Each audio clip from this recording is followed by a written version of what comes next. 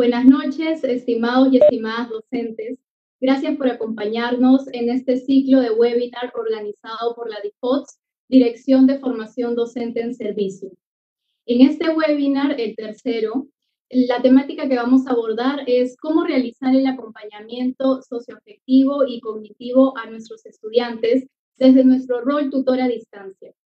Ante todo, agradecemos y felicitamos a todos los docentes que nos acompañan esta noche. Reciban el cordial saludo del Ministerio de Educación por el interés que demuestran y el compromiso constante en esos espacios de aprendizaje que compartimos mutuamente en estas transmisiones en vivo. Agradecemos su compromiso a fin de responder a necesidades socioemocionales, tanto nuestras para poder fortalecernos y así también poder ayudar a nuestros estudiantes. Quien les habla, Alejandra del Río Cisniegas, psicóloga y especialista de la Dirección de Formación Docente en Servicio, Minedu, los acompañará en este webinar hasta finalizar. Me acompañan también dos expertos en el tema. Fernando Loyola Ángeles, él es especialista en psicología aplicada al aprendizaje y el trabajo con amplia experiencia en el sector a nivel regional. Docente de pre y posgrado, especializado en el desarrollo de competencias, gestión de personas y coaching. Gracias, Fernando, por acompañarnos. Asimismo, Diana Rodríguez, ella es coordinadora de tutoría y orientación educativa de la Dirección General de Educación Básica Regular del Ministerio de Educación, licenciada en Psicología Clínica con una maestría en docencia universitaria, con estudios en terapias de artes expresivas, amplia experiencia en acompañamiento de niños, adolescentes y adultos. Igualmente le damos la bienvenida. Empezamos el desarrollo de esta conferencia indicándoles la dinámica que vamos a seguir. Responderán nuestros invitados a 4 preguntas que les iré haciendo a lo largo de cada uno de los bloques, pero asimismo ustedes podrán acompañarnos con sus inquietudes a través de los comentarios que se realizarán en línea y podrán ser contestados al finalizar este webinar. Igualmente, en este momento en las pantallas vamos a compartirles el correo para que puedan a través de él hacernos llegar sus inquietudes sobre la temática. difots016@minedu.gov.pe. En este webinar daremos orientaciones prácticas y precisas para el desarrollo de sus funciones como tutores y tutoras, facilitando el despliegue de un acompañamiento socioafectivo y cognitivo a los estudiantes y sus familias en la modalidad a distancia.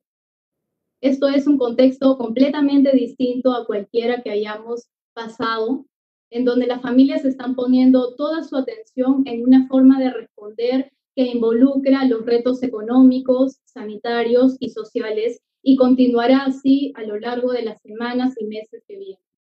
En esta realidad, nuestros niños, niñas y adolescentes deben continuar con su desarrollo a través de una educación que se adapta e innova. Además, estamos seguros y creemos en el potencial que tienen y la capacidad como docentes para acompañar a los estudiantes en este proceso de educación a distancia. Ante este nuevo escenario y desafío, se presenta la oportunidad para fortalecer nuestras competencias socioemocionales y las de nuestros estudiantes. Desarrollamos entonces algunas interrogantes para nuestros invitados. La primera pregunta es, ¿cómo cambia la tutoría y orientación educativa en la modalidad a distancia?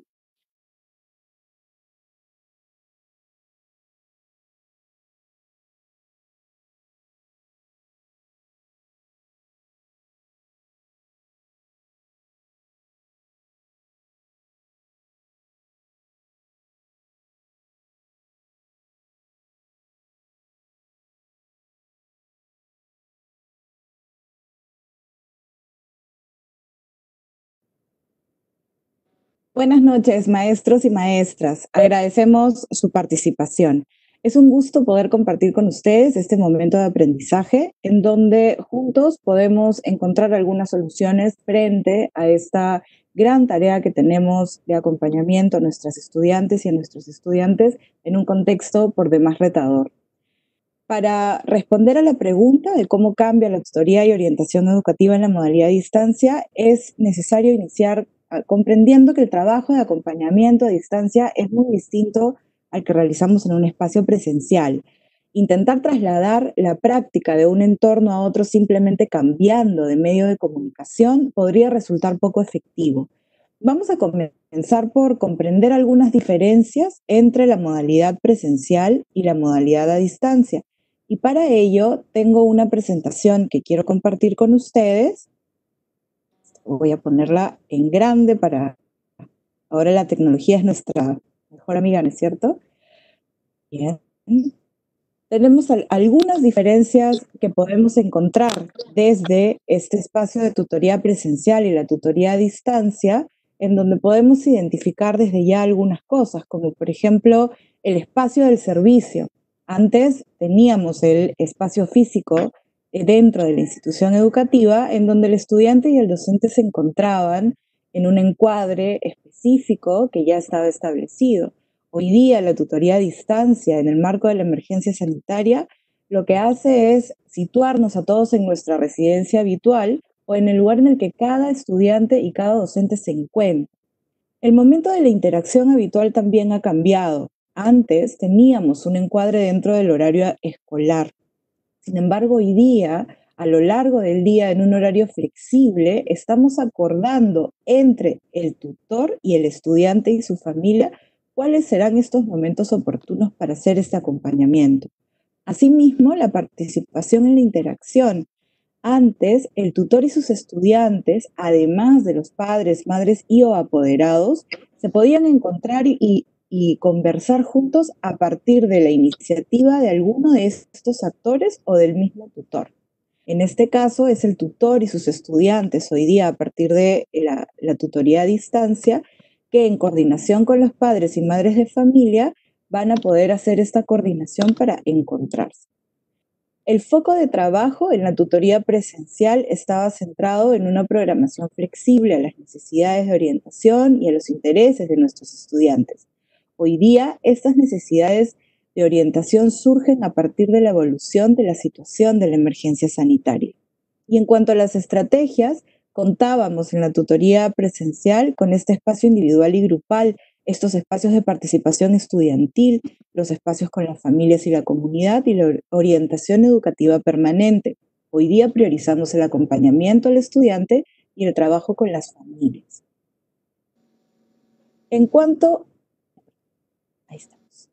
a las similitudes entre la tutoría presencial y la tutoría a distancia, podemos encontrar hoy día que los principios son los mismos declarados en la Ley General de Educación: ética, inclusión, calidad, democracia, interculturalidad, conciencia ambiental, creatividad e innovación, además del principio de igualdad de género. En cuanto a los enfoques, mantenemos los enfoques transversales que nos manda el Currículo Nacional de la Educación Básica.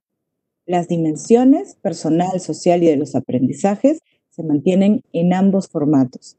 Nuestras líneas de acción siguen siendo la formativa, promocional y preventiva. En cuanto a estrategias, encontramos que la tutoría individual y la grupal, los espacios de participación estudiantil, espacios con familia y comunidad y la orientación educativa es permanente.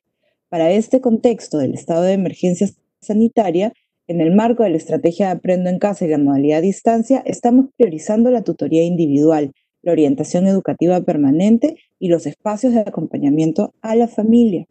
Y en cuanto al rol de tutor, mantenemos este rol. Todos los docentes somos responsables del acompañamiento socioafectivo y cognitivo de nuestros estudiantes.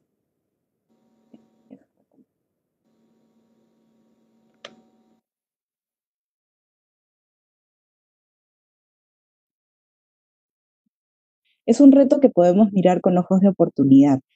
Vamos a hacer un balance entre los pros y los contras que podríamos concluir que incluso algunos elementos negativos de este tránsito a la larga se van a convertir en espacios de desarrollo y aprendizaje para nosotros mismos como docentes. En el marco de esta emergencia sanitaria, la tutoría a distancia es la única forma que tenemos para brindar este acompañamiento a los estudiantes y a sus familias, por lo que nos toca orientar todos nuestros recursos y esfuerzos para convertirlo en un medio efectivo para este desarrollo y acompañamiento socioafectivo a nuestros estudiantes. Es muy probable que en este contexto ustedes hayan observado que sus estudiantes demandan mucho más atención y que sus necesidades han cambiado y que muchas situaciones que antes no se observaban podrían haber comenzado a hacerse evidentes en las interacciones. Esta realidad nos está exigiendo a todos los docentes, sin distinción, que asumamos actividades de acompañamiento socioafectivo y cognitivo para reforzar los recursos con los que cuentan nuestros estudiantes y así hacer frente a los desafíos de la realidad actual y sus exigencias, siempre buscando el bienestar. Entonces, en este contexto y más que nunca, todos los docentes estamos llamados a ser tutores y a brindar acompañamiento, este acompañamiento cercano a nuestros estudiantes y a sus familias. Así es. Muchas gracias, Diana. Por favor, Fernando, si puedes compartir una respuesta. Por supuesto. Y primero, buenas noches. Muchas gracias por la oportunidad de estar aquí con ustedes y por la oportunidad de poder dirigirme a los docentes de todo el país. No quería dejar pasar la oportunidad para agradecer y felicitar al Minedu por esta iniciativa de organizar este tipo de eventos. Retomando lo que dice Diana, y para complementar un poco, en este nuevo contexto también nos encontramos invitados a reflexionar sobre la forma de contactar a los estudiantes y sus familias en la tutoría. Desde allí nomás, desde la manera en la que nosotros hacemos este primer contacto. La selección de los medios de comunicación será fundamental para generar una buena interacción, el establecimiento de una relación de confianza y la posibilidad de generar un mayor impacto con nuestras intervenciones. Sin embargo, debemos comprender que el medio de comunicación será elegido de común acuerdo entre el tutor, el estudiante y padres de familia o cuidadores, según las condiciones de acceso con los que cuenten en casa o en la comunidad. Empecemos por hacer una distinción básica. Escenarios con conectividad y escenarios sin conectividad, haciendo referencia al acceso a Internet que tú y tus estudiantes pueden o no tener. Y acá es donde empieza la lógica de conexiones. Si tú y tus estudiantes se encuentran en un escenario de conectividad, podrán hacer uso de diferentes medios para desarrollar los espacios de tutoría. Este vendría a ser el escenario ideal. Sin embargo, si tú tienes conectividad, pero tus estudiantes no, deberás acompañarlos en el escenario sin conectividad, priorizando la comunicación por mensajes de texto o telefónicos. En otro escenario, si tus estudiantes sí tienen conectividad, pero tú no, deberás de trabajar en el escenario sin conectividad. Es importante tomar en consideración estos escenarios, ya que probablemente debas trabajar en una combinación de ellos dependiendo de la realidad de cada uno de tus estudiantes y sus familias. Pasar esto por alto podría traernos inconvenientes. Más allá del medio elegido, la empatía, el respeto y la confianza pueden tomar formas no verbales, verbales y gráficas, y no podemos perderlas de vista. Y como en todo proceso de aprendizaje de un lenguaje nuevo, en este caso el lenguaje del acompañamiento a distancia, será la práctica la que nos conduzca hacia el dominio. Asimismo, es importante siempre considerar los aspectos de seguridad al usar cualquier herramienta virtual. Cuidar la confidencialidad de las claves, usar plataformas consideradas seguras, utilizar filtros de contenido según edad o controles parentales, entre otras. Las diferentes herramientas suelen tener tutoriales o ayudas para la configuración de seguridad, que es importante consultar cuando aprendamos a usarlas. Una serie de herramientas y formatos que nos ayudarán a desarrollar el proceso y reuniones de acompañamiento de la mejor manera posible también sería de gran ayuda. Entonces, aquí, si Diana me ayuda con la presentación. Ahorita estoy compartiendo.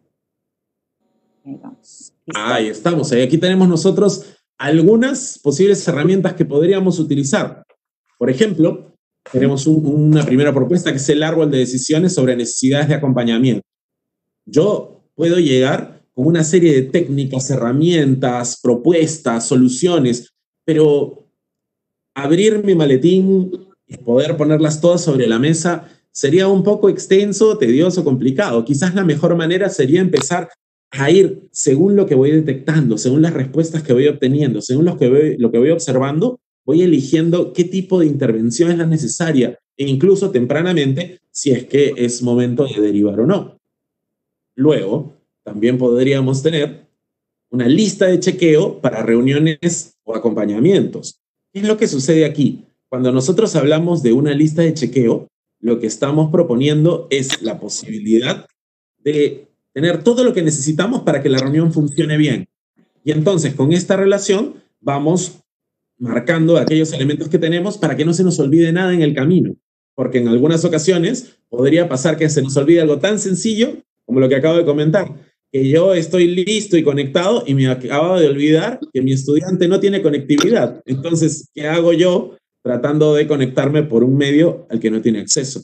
Formato de diseño de la reunión o acompañamiento. Y es que estos espacios deben de tener estructura, nuestras reuniones deben de tener una estructura. Quizás el transcurrir de la conversación, las necesidades, pueden surgir diferentes cosas que nos descuadren un poco, pero yo necesito tener un esquema básico sobre el cual actuar. Tener esto nos va a ayudar muchísimo.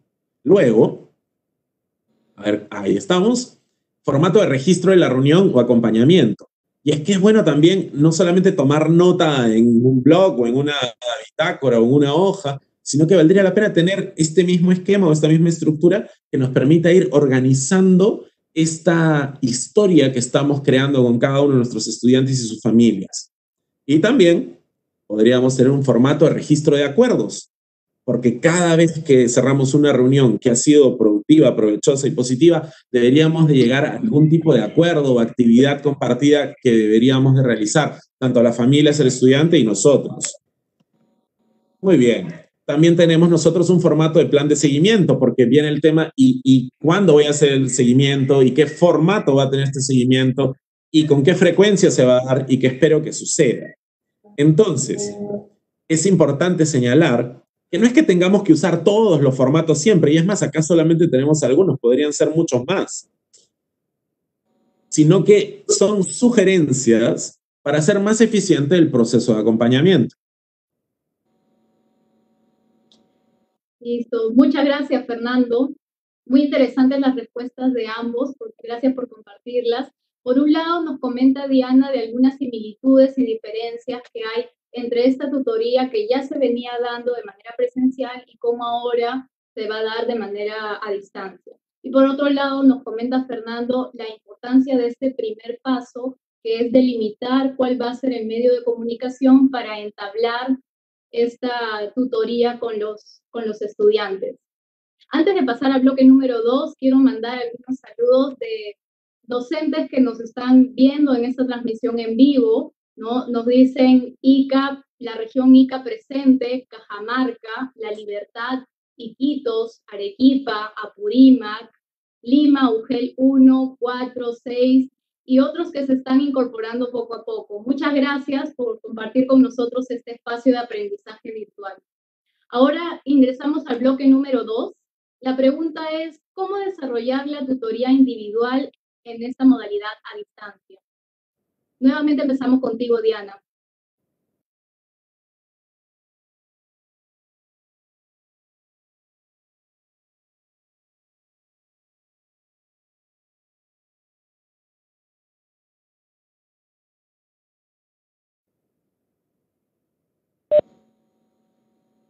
La atención personalizada que recibe el estudiante en función de sus necesidades, intereses, dificultades, las interrogantes o conflictos personales o sociales también, incluso los de aprendizaje, sí que podrían tener, así como también temas de interés de la misma familia que no pueden ser abordados de manera grupal.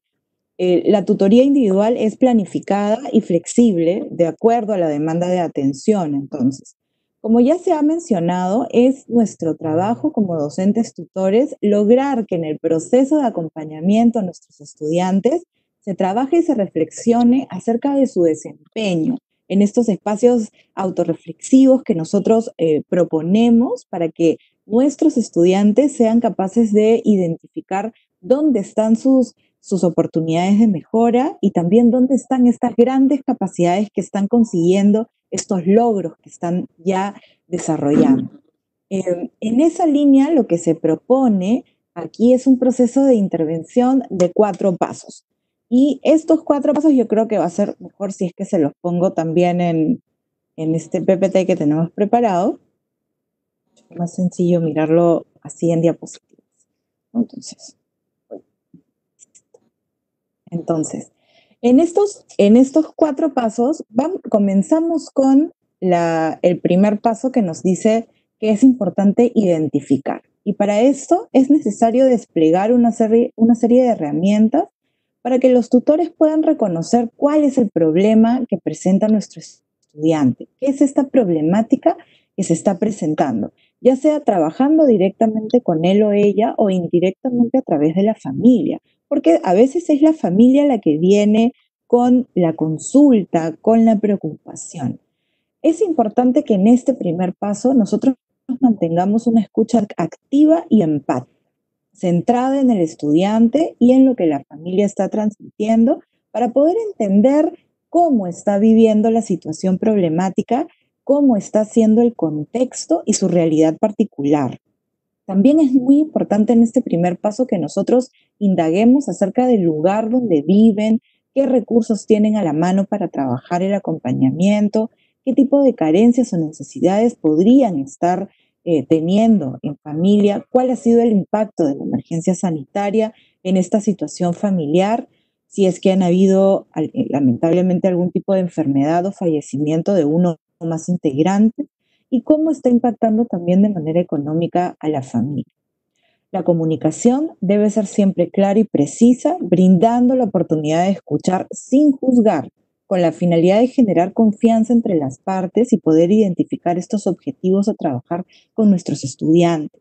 El segundo paso tiene que ver con generar recursos. Se plantea un futuro realizable. Aquí es importante que nosotros podamos mirar con nuestros estudiantes hacia cuál es el horizonte que debería orientarse, convenciéndolo de su capacidad para lograr lo que se propone.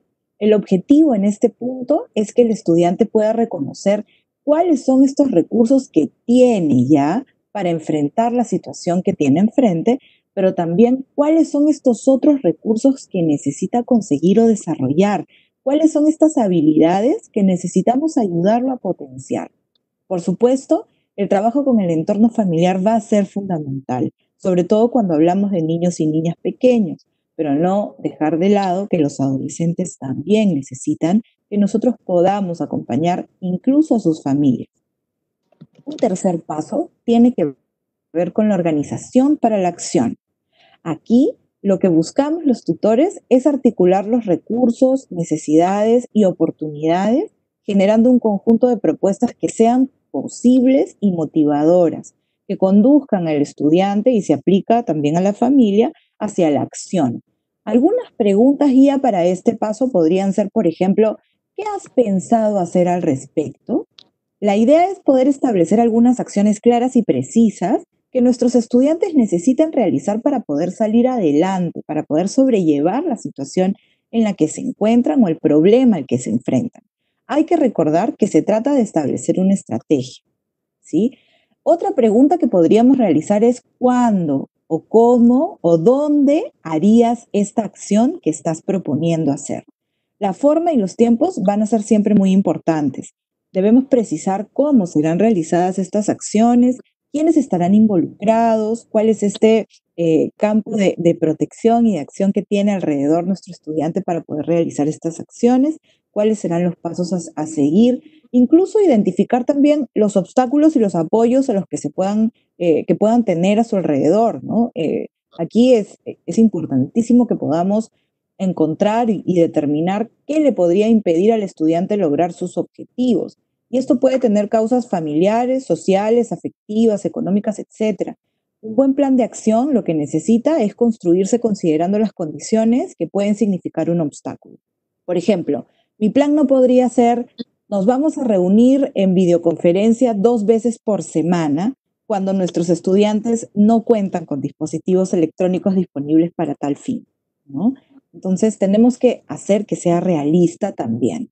A la vez, tenemos que identificar también estos agentes que pueden ayudar al estudiante a cumplir sus metas, esta red de soporte con la que cuenta como algunos miembros específicos de la familia, o agentes comunitarios, o personal de la institución educativa, psicólogos, compañeros, etc. Aquí otra pregunta que podríamos hacer es, ¿cómo puedo ayudarte? Y el tutor debería aprovechar esta oportunidad creada a partir del establecimiento de este vínculo de confianza adecuado para plantear estas diferentes opciones que tiene de ayudar al estudiante. Y esto también nos ofrece un encuadre, porque no podríamos ofrecerle algo que no se podría cumplir, ¿de acuerdo? Y un cuarto paso tiene que ver con la acción y seguimiento de los resultados. Aquí el tutor acompaña al estudiante o a sus padres a generar un plan de acción a partir de las estrategias y recursos que hemos identificado que se pueden realizar. Ayuda a establecer la forma en que los resultados van a ser medidos. Es importante que podamos establecer pautas que nos permitan reconocer cuándo un objetivo se ha logrado o, si es que no se logró, qué es lo que nos falta o qué necesitamos mejorar para que esto se consiga. Y también ayuda a determinar el seguimiento que vamos a realizar en el futuro cercano para seguir favoreciendo este proceso. Entonces, lo importante en este plan del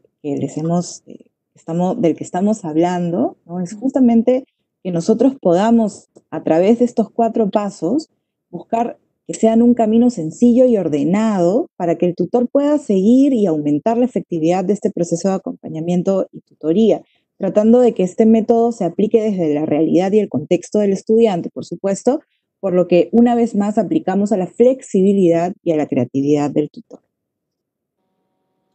Así es, muchas gracias, Diana, muy precisas sus respuestas. Le vamos a pedir a Fernando, por favor, que esta misma pregunta también pueda compartirnos.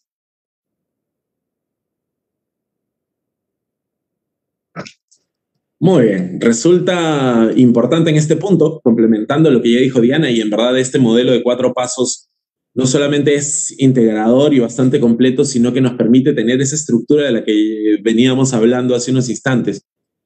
Resulta importante realizar 2 recomendaciones a tener en cuenta sobre el proceso de acompañamiento, teniendo en cuenta lo que el tutor podría encontrar durante las reuniones.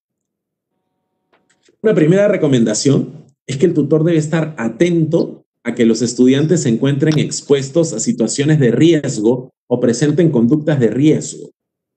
Esto no es tan sencillo como lo era antes porque uno podía mirar y tener cerca a los estudiantes. Ahora en remoto es quizás un poco más difícil, pero no imposible si es que ponemos todos nuestros recursos en esta nueva forma de observación.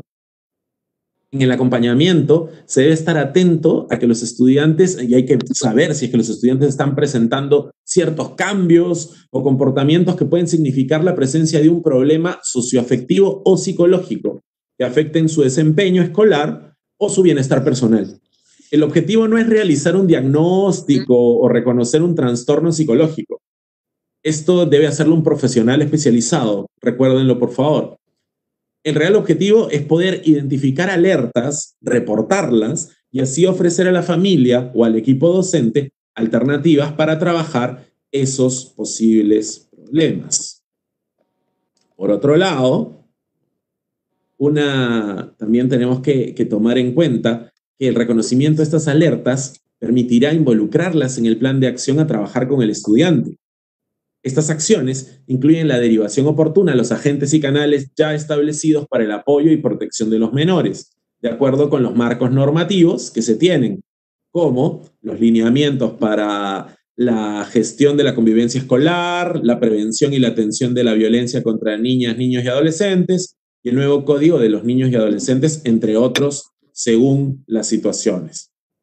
Es importante considerar que un estudiante podría no querer expresarse a través de los espacios de tutoría individual o que planteen necesidades de orientación diferentes a las que hemos anticipado o planificado. El acompañamiento socioafectivo implica brindar soporte cuando lo necesita el estudiante y según sus intereses, siendo flexibles, fomentando el vínculo y mostrando al tutor como un aliado. De esta manera, establecemos y promovemos la confianza. Una segunda recomendación se refiere a la integración de iniciativas en planes de acción para obtener mejores resultados. que conlleve el trabajo colegiado con otros docentes y agentes de la institución educativa para lograr mejores resultados.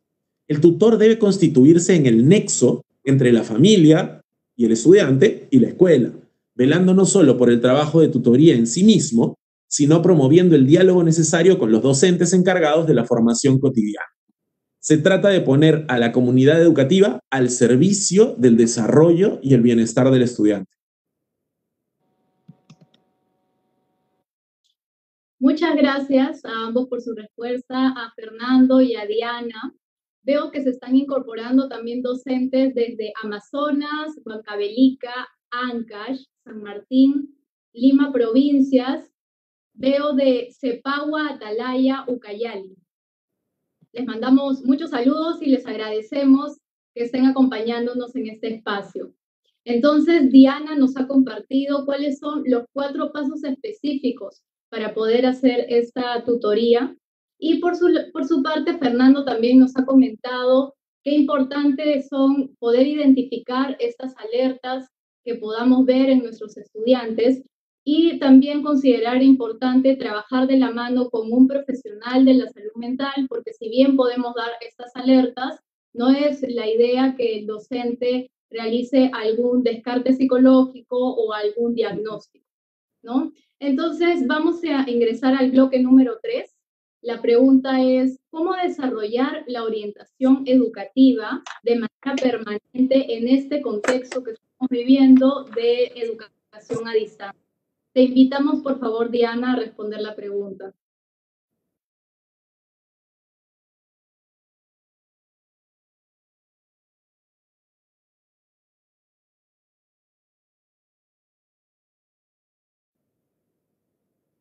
Gracias. Sí, la orientación educativa permanente es esta acción que hacemos desde la misma práctica docente y que se hace a lo largo de toda la jornada diaria, constantemente, acompañando a nuestros estudiantes de manera continua para contribuir con su formación integral y su bienestar en cualquier espacio de la institución educativa.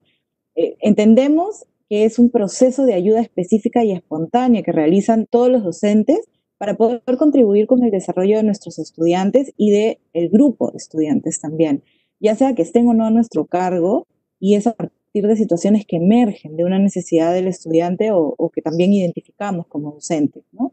Existen muchas formas, muchas aproximaciones a este acompañamiento socioafectivo desde la psicología, y aquí vamos a desarrollar un modelo que nos permita a los tutores ayudar a nuestros estudiantes a gestionar sus emociones y pensamientos y las acciones que derivan de ellos.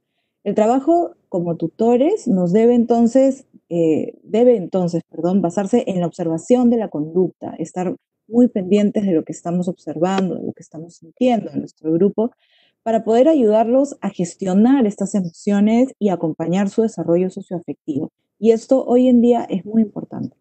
Si bien la participación de las familias en este proceso es de acompañar el desarrollo, ¿no?, tomando en cuenta las condiciones generadas por esta emergencia sanitaria, es de mucha ayuda, pero en el caso de los niños más pequeños va a resultar indispensable además, por lo que la participación de los padres y las madres o cuidadores principales es un requisito fundamental que nosotros debemos tomar en consideración.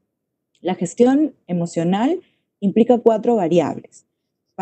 Es importante que podamos identificarlas, que podamos decidir, que podamos analizar y que podamos regular estas variables. Entonces, una forma directa y confiable para ayudar la gestión de las emociones es entender cómo nuestros pensamientos y emociones desencadenan en la conducta, delimitando los comportamientos que el tutor o los docentes están observando en el estudiante, incluso las familias, ¿no? Los papás, las mamás están encontrando conductas que se desencadenan de una serie de pensamientos y emociones.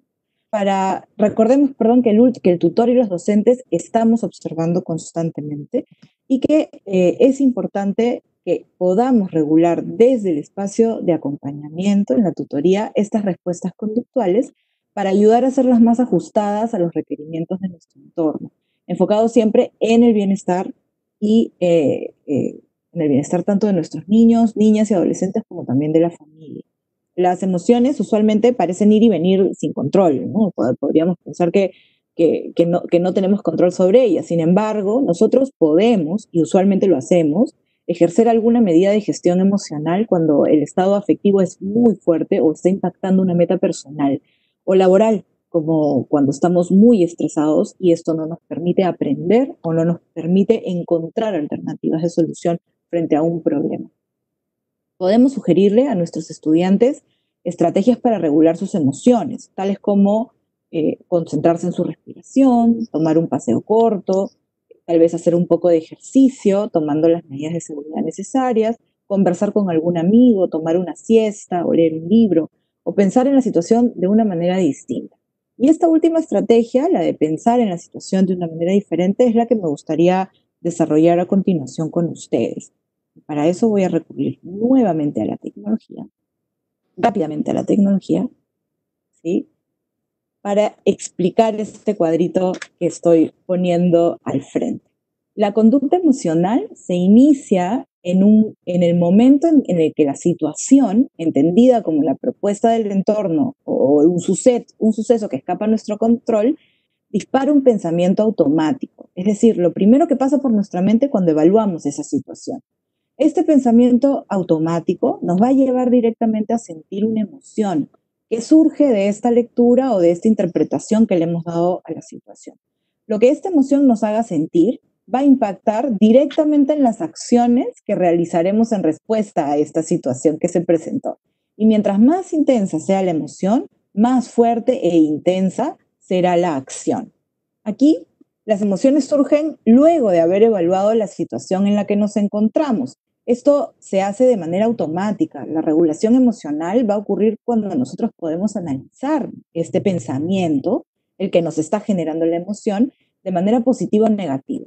Y esto nos va a ayudar a activar los impulsos que nos van a ayudar a modificar esta emoción y luego la respuesta que se estaba generando. Por ejemplo, vamos a tomar un ejemplo.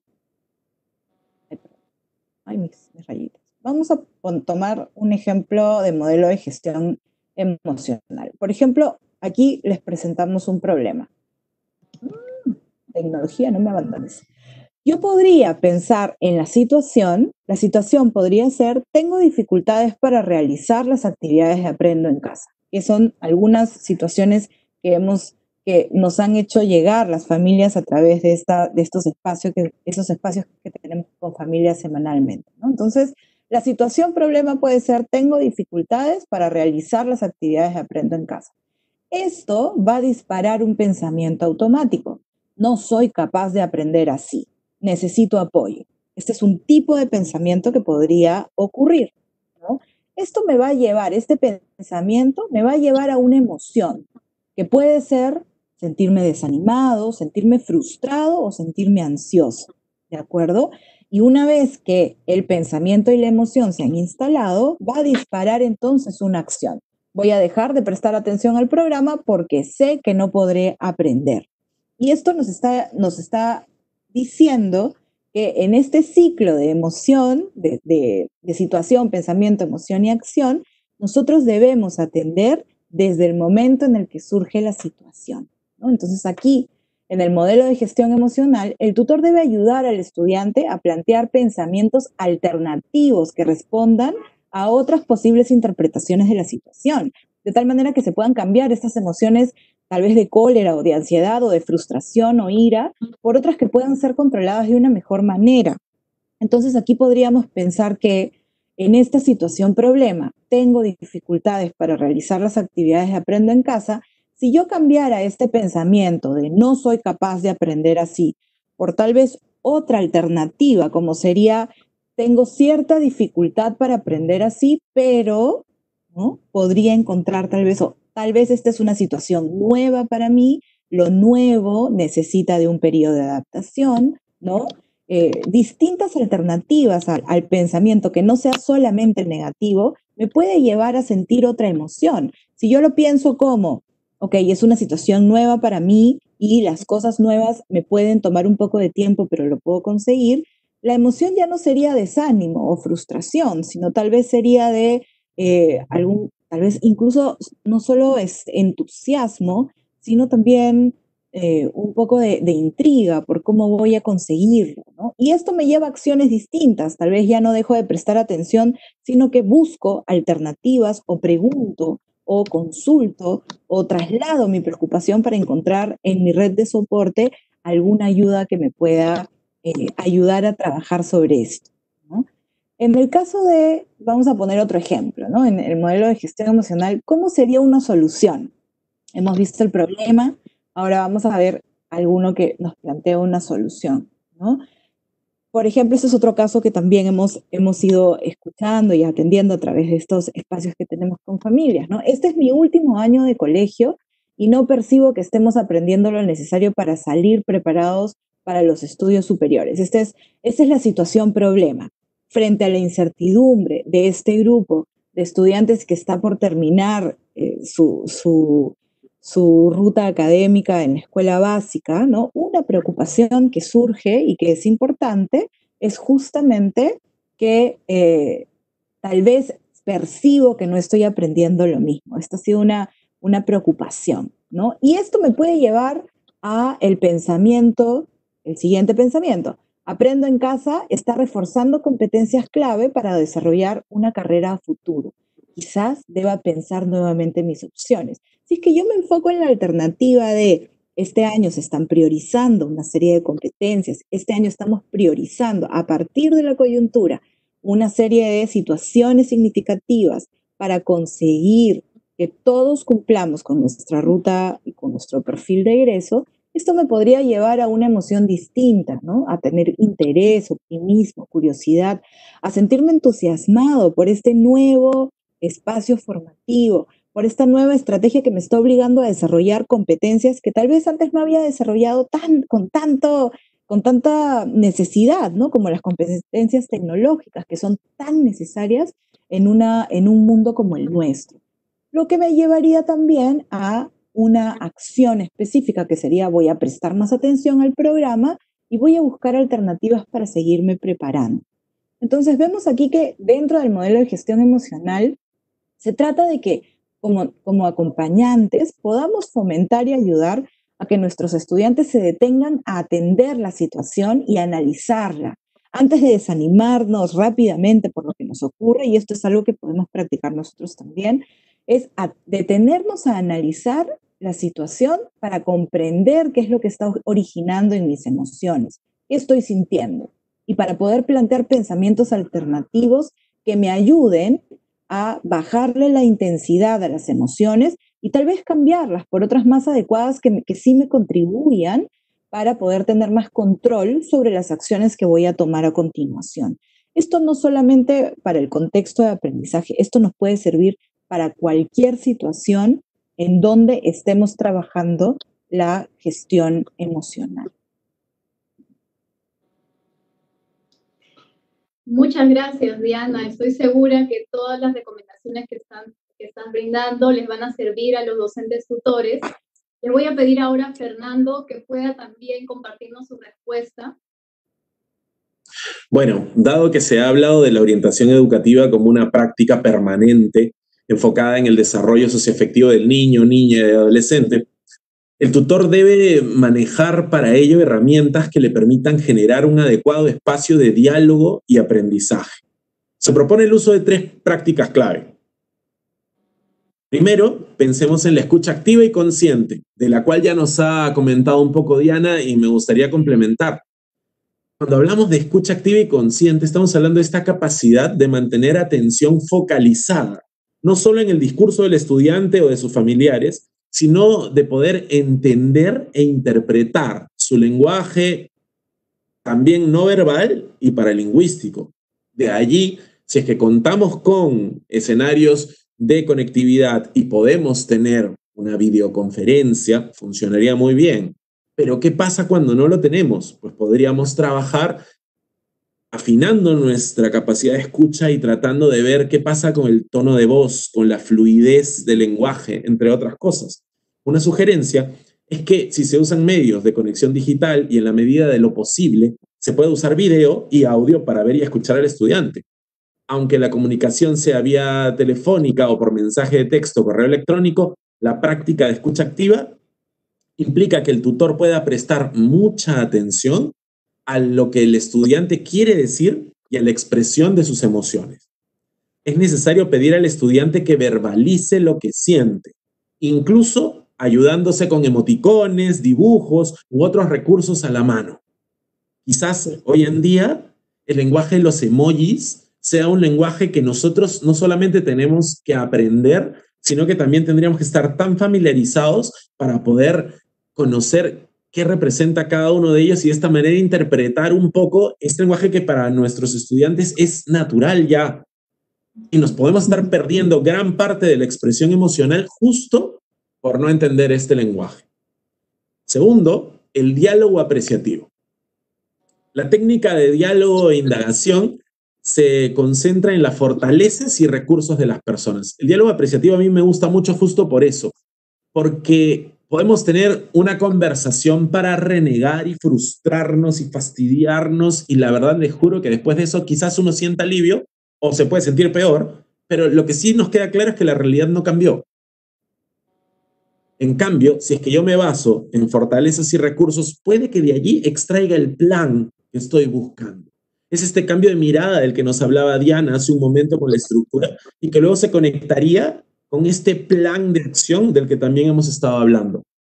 Vamos a llevar a nuestros estudiantes hacia la autorreflexión y el cambio de conductas, entendido como la búsqueda del desarrollo o de un futuro mejor. El tutor debe despertar la capacidad que todos tenemos de convertir en realidad nuestras expectativas. Dicho de otro modo, si el tutor logra que el estudiante se conecte con su propia seguridad y confianza en sus recursos, y es que aquí tenemos que pensar en los recursos que tiene cada uno de nuestros estudiantes y enfocarnos en ellos, y de esta manera elevar su autoestima, aumentamos la posibilidad y la probabilidad de que éste se esfuerce más para lograr el objetivo propuesto. Tercer elemento importante, validación emocional. Esta es una práctica que nos permite trabajar con el estudiante a partir de lo que siente y piensa, a partir de su evaluación de las situaciones que lo rodean. Se trata de validar y dar cabida a los afectos surgidos en el niño, niña o adolescente en su vida cotidiana y en sus diferentes interacciones sociales. La técnica parte de la premisa de que las emociones no son buenas ni malas, y esto es algo que sí tenemos que trabajarlo muchísimo y tenerlo muy presente. No hay emociones buenas y malas. Lo que sí hay dosis de emoción que nos pueden desbordar. Y aquí, de hecho, puedo irme a dos ejemplos. Por lo general, últimamente he estado leyendo en redes sociales que no dejes que el miedo te paralice. El miedo es tan malo, el miedo no te deja avanzar. Oigan, el miedo es lo que nos impide tirarnos por la ventana, porque yo tengo miedo de caerme y que me muera. Y gracias a eso sigo acá entero y puedo estar hablando con ustedes. Por el otro lado, queremos gente que siempre sonría y esté feliz. Bueno, les comento que gracias a Dios, ahora que está de moda decirle tóxico a todo, también ya existe la felicidad tóxica, pues, ¿ya? Entonces hay que tener cuidado con eso, porque no existen emociones buenas y malas, sino que sus dosis son las que podrían interferir. Simplemente son una expresión natural de nuestra lectura del mundo, de nuestro entendimiento del mundo. El tutor debe siempre indicar explícitamente al estudiante que lo que siente es normal, ya sea alegría, ira, tristeza, miedo, y que en todo caso eso que siente puede ser conversado para que le permita regularlo y tomar decisiones y acciones adecuadas al entorno y a lo que necesita. De lo que se trata finalmente es alentarlos a que desplieguen estos espacios de soporte emocional y clima de acogida a través del diálogo, haciendo un uso efectivo del tiempo que disponen. Y es que se apunta al desarrollo tanto cognitivo como socioafectivo del estudiante, lo que hace menester que pueda generar un balance entre ambas dimensiones del proceso de aprendizaje con su ayuda. Así es. Muy interesante, muchas gracias por sus respuestas a ambos. Creo que han dejado bastante claro, por un lado, la participación de los padres y madres o cuidadores y qué importancia tiene que puedan también vincularse y estar al tanto de ese trabajo que se viene realizando, ¿no? Para trabajar de manera conjunta.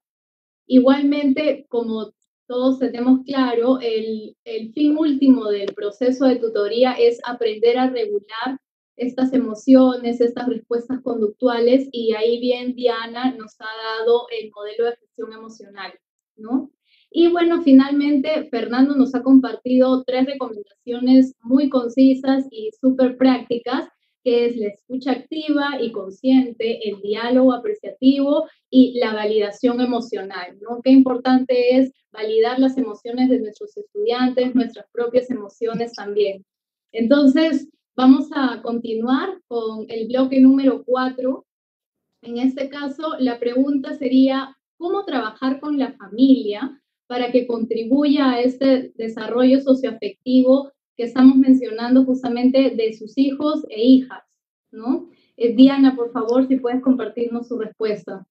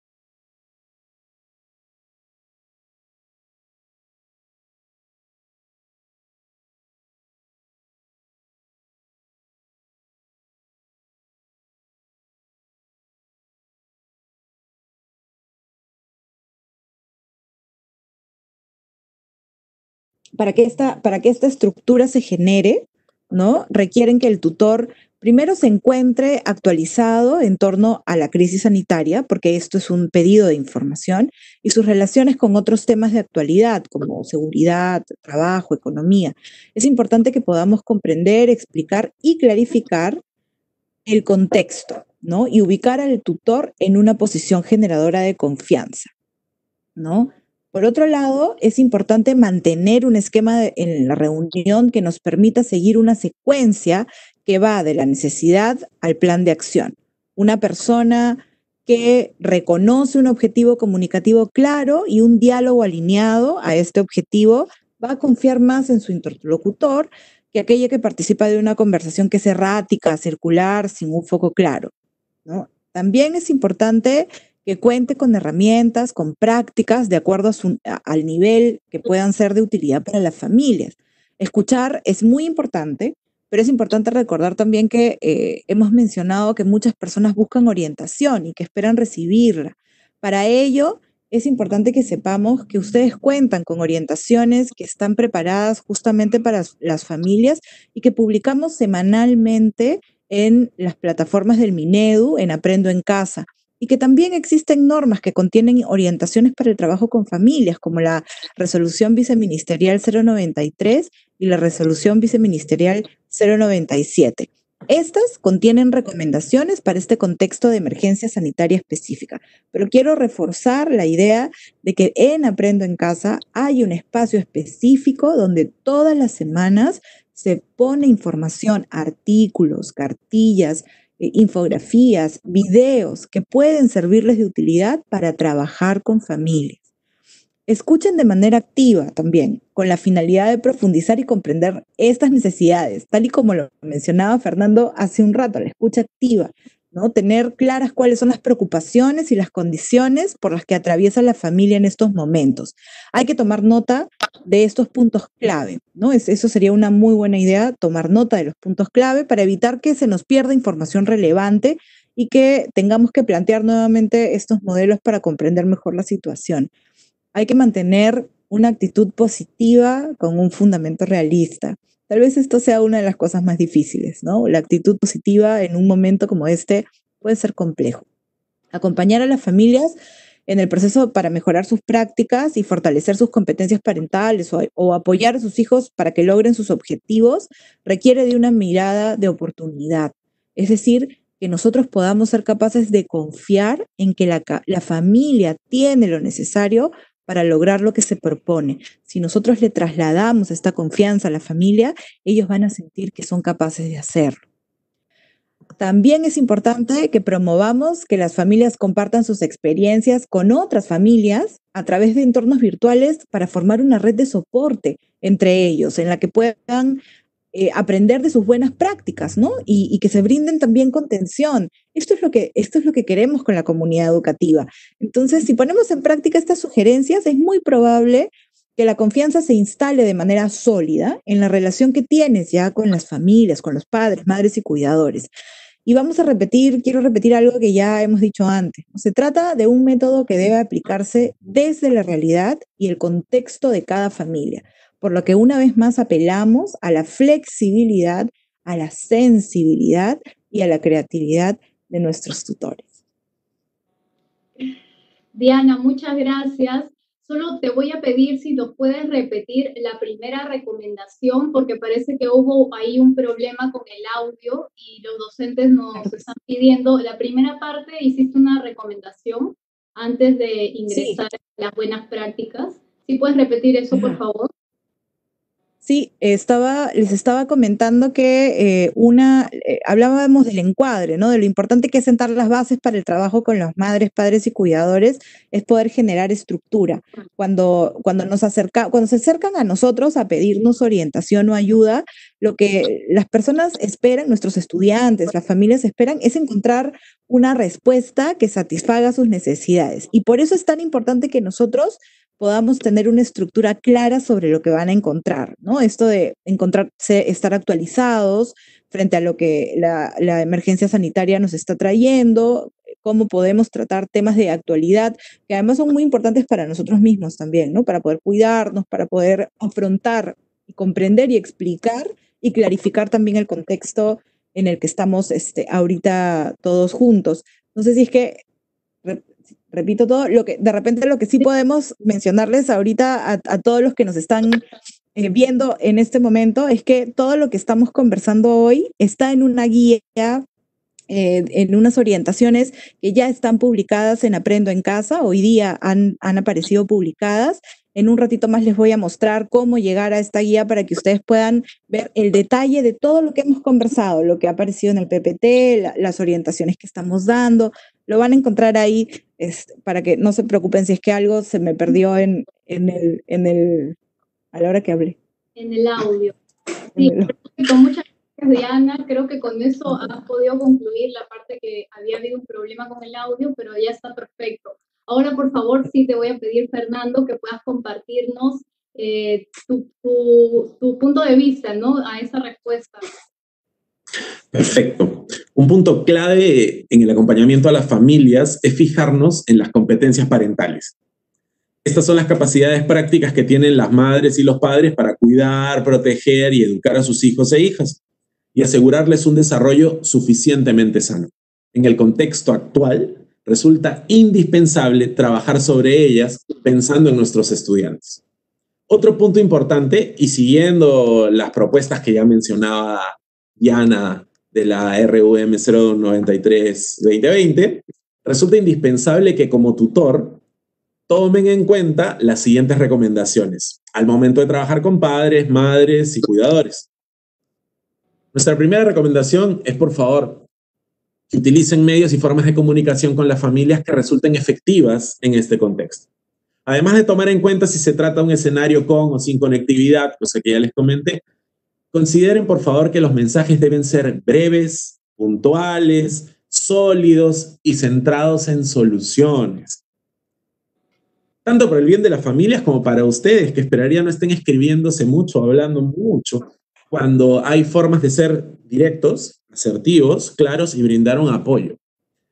Las reuniones con una agenda claramente pauteada y los comunicados extensos y detallados han quedado en suspenso y debemos de reemplazarlos por reuniones efectivas, con agendas que pueden ser flexibles, pero no por eso extenderse mucho. Y aún así no podemos perder la calidez ni la calidad de nuestras intervenciones. Por otro lado, refuercen la confianza en las nuevas modalidades. Transmitan tranquilidad ante la preocupación natural por el aprendizaje de sus hijas e hijos. Probablemente ya se han enfrentado a esto durante semanas y ya encontraron buenas maneras de responder. Y si no lo han hecho, sigan intentándolas. Expliquen con argumentos sencillos pero contundentes la forma en que la coyuntura no detiene el aprendizaje de sus hijos, porque su desarrollo tampoco se detiene. Establezcan mecanismos de comunicación con las familias que les permitan contar con un flujo continuo de información. Recuerden que en estos momentos, para ellos, ustedes son el rostro y la voz de la institución educativa, el punto de contacto con el proceso de aprendizaje de su hijo e hija. Quizás por eso es que están tan aprensivos y tan intensos en algunos casos. Entendámoslos. Ustedes son la figura y la cara de la educación para ellos. Brinden la mayor cantidad de información posible a las familias sobre los avances y logros de sus hijos, sin saturar, como les he dicho, pero que sea suficiente, de manera que se sientan involucrados en su proceso de aprendizaje. O sea, atrás quedaron esas sorpresas de las calificaciones o de los avances. Tratemos que sientan este seguimiento tanto más cercano que antes. Mantengan siempre una actitud de apertura y de escucha con las familias, comprendiendo que la preocupación natural ante la incertidumbre, porque el ser humano no nació para vivir en la incertidumbre, y de ahí vienen muchas cosas, desde los chismes hasta la búsqueda de información, desde lo negativo hasta lo positivo. Y esta preocupación se intensifica por la proliferación de noticias falsas, la magnificación de eventos negativos, y ahí las noticias no ayudan mucho porque lo negativo lo hacen gigantesco y lo positivo lo ponen pequeñito, y la rápida difusión de una actitud negativa. La actitud negativa se contagia con mayor intensidad que la positiva. Entonces, por favor, conviértanse en proveedores de objetividad y optimismo. Tarea compleja, ya lo mencionó Diana, pero no por eso vamos a decir que el traje nos quedó grande. Nos lo podemos poner y podemos salir a tratar de generar esto en nuestros estudiantes y sus familias, siempre basados en hechos e información de fuentes confiables, por favor.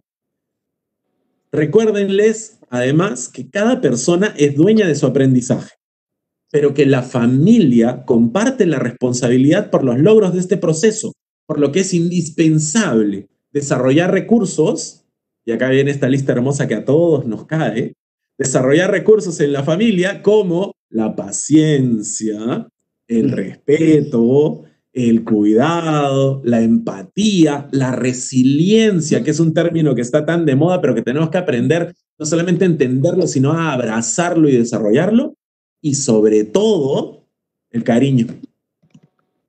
Que nunca falta, nunca sobra, pero tenemos que lograr que siga creciendo.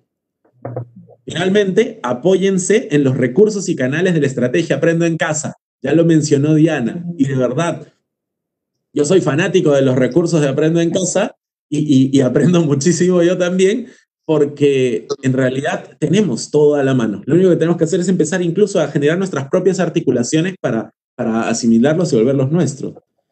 Estos recursos complementan muy bien la labor de tutoría brindando herramientas para los padres, madres y cuidadores. Entonces, eso es lo que tenemos. Esperamos que los utilicen. Bien, entonces nos han resaltado una serie de recomendaciones: mantenerse actualizado, tener un esquema de reunión, leer a detalle las orientaciones para padres de familias que ya han sido publicadas en la plataforma Aprendo en Casa, y Diana en unos momentos también les va a guiar en la ruta específica. Sin embargo, es necesario también que seamos conscientes de esta flexibilidad que puede haber dependiendo la realidad y el contexto de cada familia, ¿no? Eso es bien importante. Ahora, como bien mencionamos en un inicio, vamos a recoger algunas preguntas que nos han hecho a lo largo de este webinar a través de sus comentarios, y vamos a pedirle por favor a nuestros invitados que respondan, ¿no? Te voy a pedir, Diana, por favor, que respondas la siguiente pregunta. ¿Cómo hacer la tutoría individual cuando los grupos son grandes? ¿Qué criterios podríamos considerar? Sí, creo que es una pregunta muy importante. Al tener un grupo grande, vamos a necesitar primero ver cuál es la estructura o tal vez incluso vamos a tener que primero analizar cómo están nuestros horarios de trabajo, ¿no? Ahora que estamos en época de cuarentena, lo que ha sucedido es que nuestros horarios se han modificado, ¿no? Buscando que podamos atender tal vez por pequeños grupos a nuestros estudiantes, porque muchas veces no es posible reunirnos con todos a la vez en una sesión sincrónica virtual, ¿no? En esa línea, lo primero que tenemos que pensar es que va a ser necesario que tengamos por lo menos una reunión con cada uno. Eso es importante porque más allá de lo que podamos nosotros ver con cada sesión sincrónica, si las tuviéramos, e identificar, se nos va a perder mucha información que vamos a necesitar recoger de manera individual.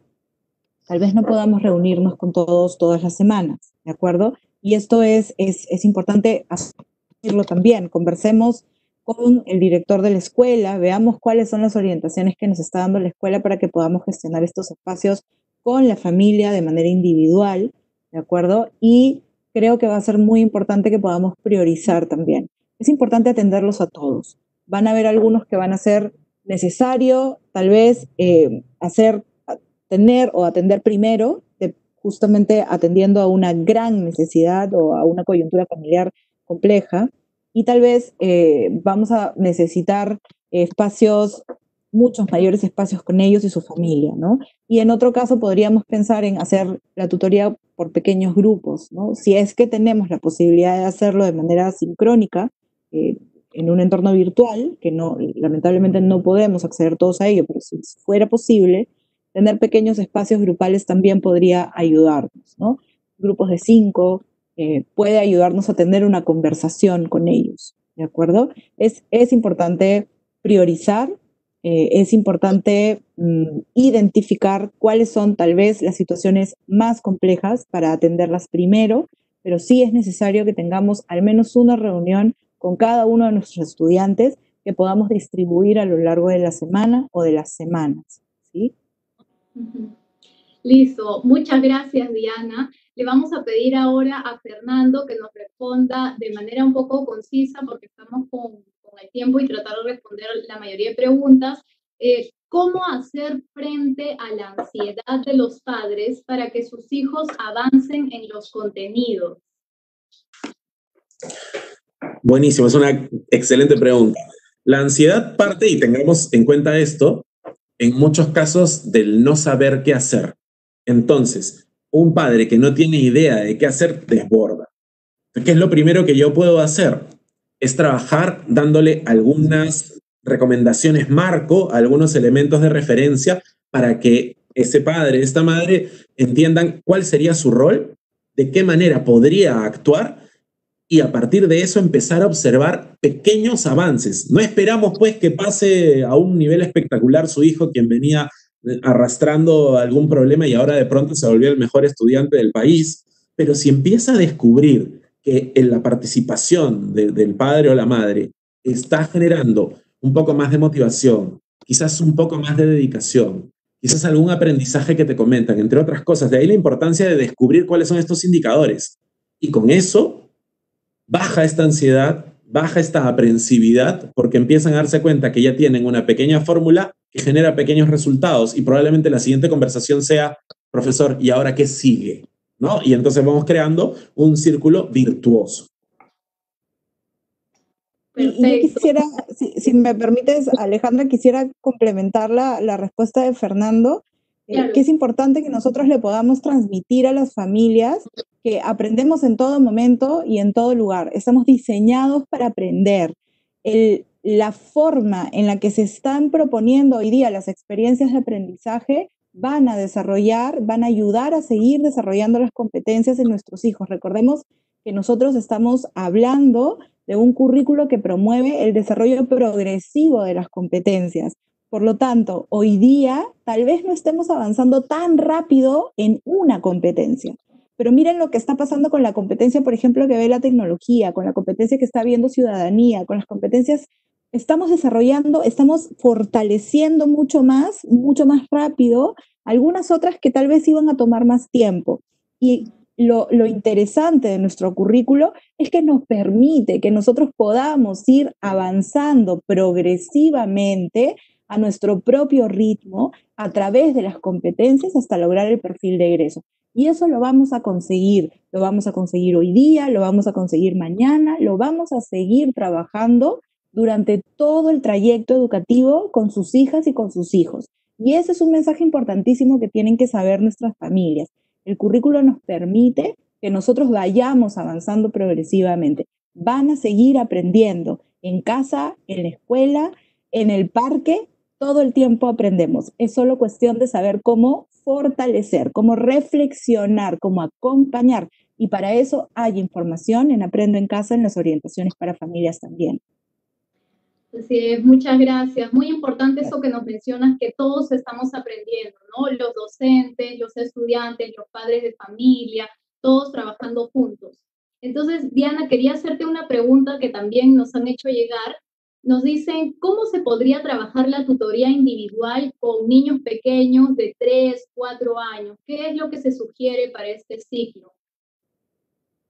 Sí, la tutoría en inicial, sobre todo, es un espacio que trabajamos en realidad transversalmente, porque en inicial trabajamos con la familia directamente, ¿no? Entonces, tal vez es el nivel en donde mucho más énfasis se pone el trabajo con familias, porque no hay nada que podamos hacer con nuestros pequeños estudiantes que no involucre a la familia directamente. Entonces, pensar en un espacio con ellos es pensar en un espacio con la familia. Por eso, toda la propuesta de inicial, en realidad, acoge de manera transversal la tutoría siempre, ¿no? Tanto cuando hemos estado en presencial como ahora que estamos a distancia.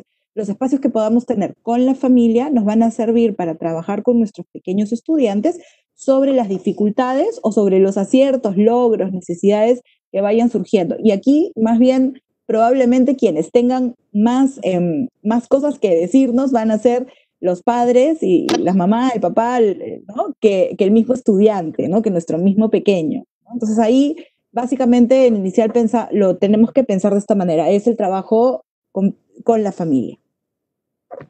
Perfecto, gracias, Diana. Y llegamos a nuestra última pregunta. Fernando, te voy a pedir que la contestes. Nos dicen, ¿cómo recuperar el interés de algunos estudiantes que se han desanimado por estudiar? ¿No? Nos dicen que a veces eso también hace que el docente se sienta un poco desanimado. ¿Qué recomendaciones le podrías dar? El enfoque ya nos va dando la respuesta. Quizás el estudiante se ha desanimado de estudiar, y voy a conectar con lo que nos acaba de decir Diana, pero no necesariamente se ha desanimado de aprender.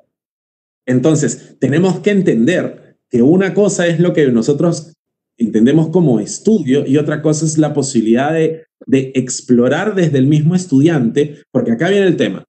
Y nos vamos al ejemplo que nos puso Diana hace un rato, ¿no? Quizás la desmotivación está en los grados mayores porque, estoy terminando el cole y la verdad no estoy preparado para el mundo allá afuera y justo tocó pandemia en mi quinto de secundaria. Entonces, ¿ya para qué? El famoso ya para qué que utilizan muchas personas en este momento.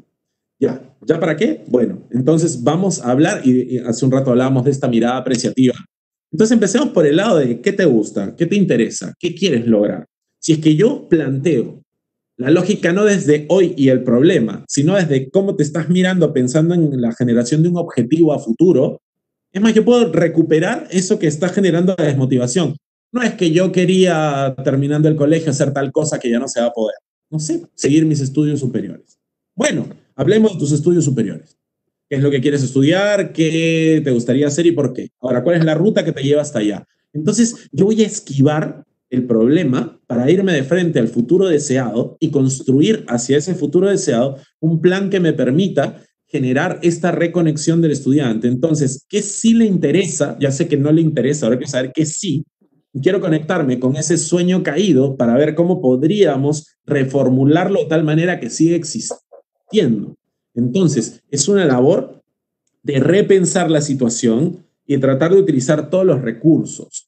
Si es que aún así la situación es mucho más compleja y tenemos a alguien que no ve norte, no ve futuro, está todo en negro, deberíamos de pensar en la posibilidad de derivar, porque quizás estamos ante alguien que de verdad ya necesita cierta asistencia profesional. Listo. Perfecto. Muchas gracias por sus respuestas muy precisas, muy útiles. Vamos a agradecer a todos los que están con nosotros también y vamos culminando este webinar, ¿no? Este tercer webinar denominado ¿Cómo realizar el acompañamiento socioafectivo y cognitivo a mis estudiantes desde mi rol tutora a distancia? Para cerrar, vamos a dar algunas ideas fuerza que hemos visto ya a lo largo de este webinar. En primer lugar, Diana nos comentaba de estas similitudes y diferencias que encontramos. Por ejemplo, algunas similitudes, vamos a ver, son los mismos enfoques, los mismos principios, las mismas dimensiones, líneas de acción, ¿no? En cuanto a la tutoría individual, vemos como segundo lugar que es una atención mucho más personalizada al estudiante, que hay 4 pasos que ahora lo vamos a ver también que están en las orientaciones. El primero, identificar a partir de la escucha activa y empática. El segundo, generar recursos frente a ello. El tercero, organizarse para la acción, ¿no? Articulando estos recursos, necesidades y oportunidades. Y finalmente, tomar acción, ¿no? Para poder hacer un seguimiento también de estos resultados. Como un tercer punto para destacar, vemos que los tutores son este nexo entre la familia, el estudiante y la escuela, ¿no? Y es importante por eso mantener constante comunicación entre el docente que acompaña día a día al estudiante y el docente tutor, ¿no? Y como cuarta idea, vamos a comentar que es importante también que el docente pueda empaparse de estas orientaciones que se están brindando desde el ministerio y que Diana nos ha mencionado, este modelo de gestión emocional, ¿no? Para el acompañamiento socioafectivo y nos puede ayudar así también a gestionar las emociones, los pensamientos, las acciones de nuestros estudiantes.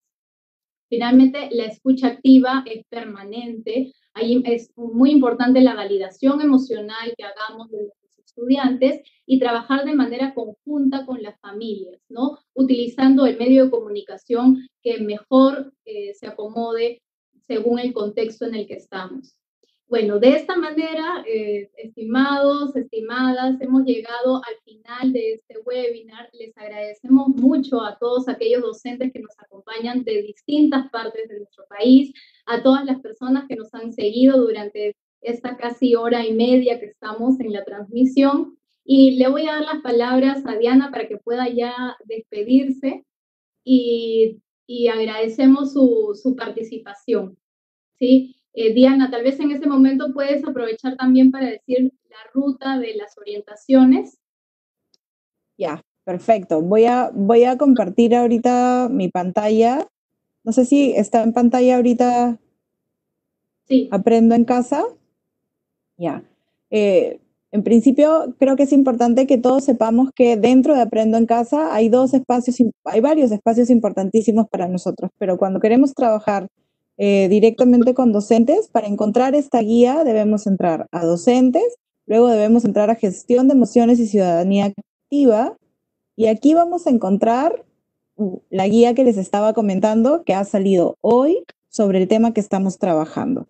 Aquí van a ver ustedes, es una guía preparada para ustedes en donde vemos orientaciones generales para docentes, tutores, sobre el acompañamiento socioafectivo y cognitivo a las y los estudiantes en esta modalidad a distancia.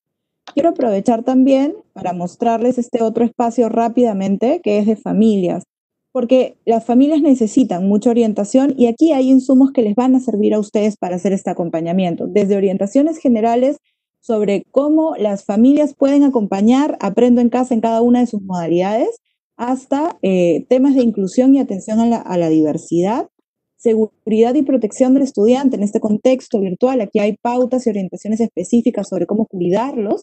Y en el espacio Somos Familia ustedes van a encontrar una serie de artículos, videos, infografías que están ahí dispuestas para que las familias y ustedes, docentes, tutores, puedan apuntalar sobre los temas importantes. Aquí trabajamos desde cómo aprender del error para verlo como una oportunidad, cómo promover la empatía, cómo acompañar a mi hijo en este espacio de aprendizaje. Entonces, lo que quiero decirles con esto es que estamos preparando, estamos pensando en la gran necesidad que tenemos de acompañar de manera muy cercana a nuestros estudiantes, a nuestras familias y a ustedes. La información está ahí para que ustedes la utilicen. Vamos a seguir sacando y actualizando estos espacios constantemente. Tenemos este espacio, estos streaming con familias todos los jueves a las 6 de la tarde. Así es que es un gusto estar con ustedes hoy día y será un gusto volverlos a ver el jueves a las 6 de la tarde para hablarle a las familias, para trabajar juntos en una comunidad educativa que se sostenga, que aprenda juntos, que siga creciendo y que crezca en bienestar, que es lo que necesitamos hoy día, bienestar. Gracias. Gracias, Diana. Damos, por favor, ahora las palabras para Fernando para que pueda despedirse de todas esas personas que nos han acompañado, ¿no? Docentes y de diferentes regiones. Por favor, Fernando. Muchas gracias.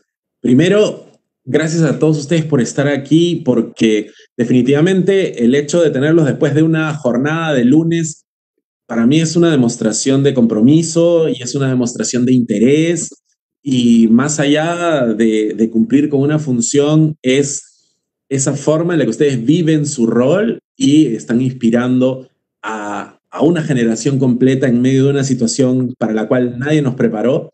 Y quiero agradecerles por eso, especialmente a quienes vienen de lugares remotos y se nos han conectado y quizás en otra coyuntura no hubiéramos podido. Bueno, aquí estamos todos conectados. Gracias por estar aquí. Para mí ha sido un gusto compartir con ustedes, bueno, y con Diana y con Alejandra, que esta conversación a mí me ha gustado muchísimo. Y yo quisiera cerrar simplemente diciéndoles que empiecen por ustedes.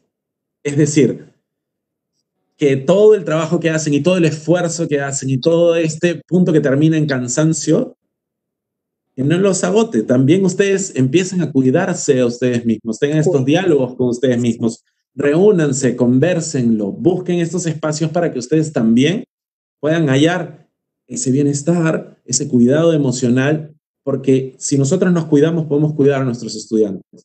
Pero si nosotros mismos no nos cuidamos, entonces tengamos claro que no nos va a ir muy bien en esta gran misión que tenemos. Así que gracias y a cuidarse mucho.